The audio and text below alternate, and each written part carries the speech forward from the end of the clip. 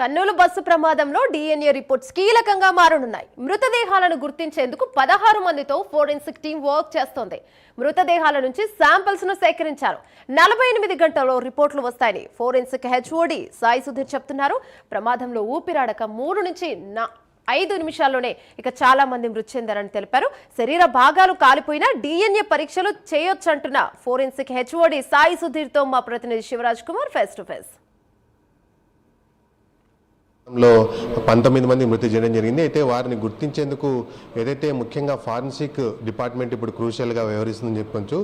Professor and HOD Sai Sudheer గారు మనతో పాటు ఉన్నారు. ఏదైతే నిన్న బస్ ఇన్సిడెంట్ జరిగిన తర్వాత నుంచి అక్కడనే స్పాట్లో ఉండి తమ టీంతో డెడ్ బాడీస్ని గుర్తించే క్రమంలో సారు నిన్న సాయంత్రం నుంచి కష్టపడ్డారని చెప్పొచ్చు. సార్, నిన్న ఎలా ఉంది సార్ సిచ్యువేషన్ అక్కడ? సార్, పోలీసు అధికారుల రిక్వెస్ట్ మేరకు స్పాట్కి నిన్న మార్నింగ్ 5:36 మధ్య రీచ్ కావడం అయింది సార్. సో రీచ్ అయిన తర్వాత ఒకసారి ఆ ప్రిలిమినరీగా మొత్తము మనం ఆ క్రైమ్ సీన్ అవన్నీ చూసేసి సో ఏ విధంగా దాన్ని ఫర్దర్ ప్రొసీడ్ కావాలా అని సార్ వాళ్ళతో డిస్కస్ చేయడం అయింది. సో కలెక్టర్ మేడం గారు, SP గారి సలహా మేరకు DIG గారు కూడా మమ్మల్ని గైడ్ చేశారు. అక్కడ మా హాస్పిటల్ సూపరింటెండెంట్ వెంకటేశ్వర సార్ కూడా వచ్చారు. అందరం కలిసిన తర్వాత ఒక టెంపరీ మార్చరీ అక్కడ క్రియేట్ చేసుకొని బాడీస్ని అన్నింటినీ అక్కడికి షిఫ్ట్ చేసుకొని వాటికి ఒక్కోదానికి మనం లేబులింగ్ చేసుకొని ఫర్దర్ స్పాట్లోనే పోస్ట్మార్టం చేసే విధంగా, ప్లస్ అక్కడి నుంచే మనము DNA కోసం కావాల్సిన శాంపుల్స్ సేకరించే విధంగా అన్ని ఏర్పాట్లు కూడా సార్ వాళ్ళు అరేంజ్ చేయమని రిక్వెస్ట్ చేయడం అయిపోయింది. సో సార్ వాళ్ళు కూడా అవన్నీ చేసేశారు.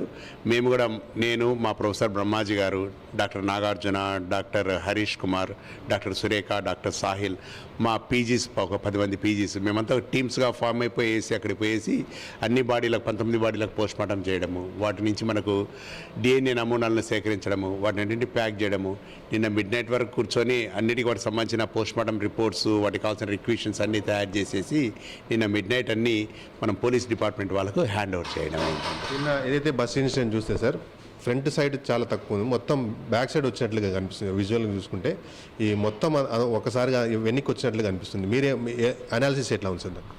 మనకున్న ఇన్ఫర్మేషన్ ప్రకారం సార్, యాక్చువల్గా ఫ్రంట్ వైపు బస్సు డోర్ ఓపెన్ కాలేదు, అందుకని అట్లా పోయే దారి లేకుండా బ్యాక్ సైడ్ ఏదో బ్రేక్ చేసినారో, బ్రేక్ చేయడం వల్ల బ్యాక్ నుంచి పోయే దానికోసము అందరు ప్రయాణికులు ప్రిఫర్ చేశారని తెలిసింది.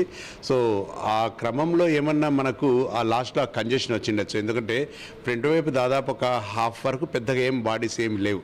ఆ మధ్య బస్సు మధ్య నుంచే మనకు ఎక్కువ బాడీలు ఉండడము, రాను ఆ సంఖ్య బ్యాక్ వైపు పోయే కొద్దీ వాటి నెంబరు ఒక కుప్పలుగా బాడీలు పడడం చూస్తుంటే అందరూ అటువైపు పోయే ప్రయత్నము అటువైపు చేసినారని అనిపిస్తూ ఉంది. అంటే ఇలా అసలు ఆ బస్సు మీరు మొత్తం చూశారు సార్ నిన్న, ఫారెన్స్ మీ అంచనా ప్రకారం ఎంతసేపట్లో జరిగి ఉండొచ్చు ప్రమాదం? ఆ బస్సు ఎంతసేపు కాలిందో తెలియదు, కానీ అక్కడ ఉన్న పొగ, మంటలు చూస్తే వీళ్ళందరూ చనిపోవడానికి చాలా కొద్ది నిమిషాలు మాత్రమే ఉంటుంది సార్. అంతా ఒక 3 నుంచి 5 నిమిషాల లోపలనే వీళ్ళందరూ మరణించిండొచ్చు. ఎందుకంటే ముందు మంటల కన్నా ముందు మెజారిటీ మెంబర్స్ మేము అనుకోవడము ఊపిరాడకుండా చనిపోయిండొచ్చు. ఫస్ట్ ఆ ఊపిరాడకుండా చనిపోయి ఆ స్పృహ తప్పి అక్కడ పడిపోవడమో చనిపోవడమో జరిగిన తర్వాత అదే క్రమంలో అట్లే కాలిపోయిండొచ్చు. దానికి అవకాశాలు ఎక్కువ ఉన్నాయి. ముఖ్యంగా ఇప్పుడు నిన్న డెడ్ బాడీస్ని మొత్తం రికవర్ చేసి శాంపుల్ తీసుకున్నారు సార్. ఎంతసేపు పడుతుంది DNA టెస్ట్ చేయడానికి మామూలుగా? డైరెక్ట్ మనకు స్టేట్ గవర్నమెంటే దీంట్లో ఇన్వాల్వ్ అయింది కాబట్టి ఫారెన్సిక్ సైన్స్ ల్యాబొరేటరీ టీమ్స్ కూడా నిన్న ఈవినింగ్ వచ్చి ఎవరెవరైతే బంధువులు వచ్చినారో వాళ్ళ దగ్గర నుంచి శాంపుల్స్ తీసుకోవడం అయింది. మాకు ఇప్పటి వరకు ఉన్న ఇన్ఫర్మేషన్ ప్రకారం కరెక్ట్గా ఎగ్జాక్ట్గా తెలియదు, కానీ ఒక 16 మంది శాంపుల్స్ ఇక్కడి నుంచి తీసి పంపించినారని, ఒక 2 మిగతా రాష్ట్రాలకు సంబంధించి 2 రాష్ట్రాల నుంచి డైరెక్ట్గా వాళ్ళను విజయవాడకు మంగళగిరికే ల్యాబ్కు రమ్మని చెప్పినారని తెలిసింది.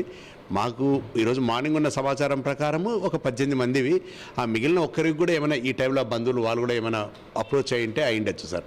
ఆల్మోస్ట్ అన్ని ట్రేస్ అవుతారని ఆశిస్తూ ఉన్నాము. మామూలుగా ఒక DNA టెస్ట్ చేయడానికంటే ఇప్పుడు మేము రెగ్యులర్గా చూస్తుంటారు, ఎంత సమయం పడుతుంది సార్? ఎన్ని అవర్స్ పడుతుందని? రొటీన్ ప్రొసీజర్ ప్రకారం మనకు పంపిస్తే ఎప్పుడో 2 వారాలకు 3 వారాలకు రిపోర్ట్ వస్తుంది సార్. ఎందుకంటే వాళ్ళకు చాలా స్టేట్ నుంచి అన్ని చోట్ల నుంచి వస్తుంటాయి కదా, ఆ క్రమంలో చేస్తూ ఉంటారు. ఇది ఒక మెడికల్ ఎమర్జెన్సీ కాబట్టి సో అన్నిటిని పక్కకు పెట్టి ఇన్స్టెంట్గా వీటి మీదే ఫోకస్ చేసి టీమ్స్ వాళ్ళు కూడా కూర్చుంటారు కాబట్టి ఒక 24 to 48 అవర్స్ లోపల వీళ్ళు కూడా అన్ని రిజల్ట్స్ ఇచ్చేస్తారని అనుకుంటా ఉన్నాము.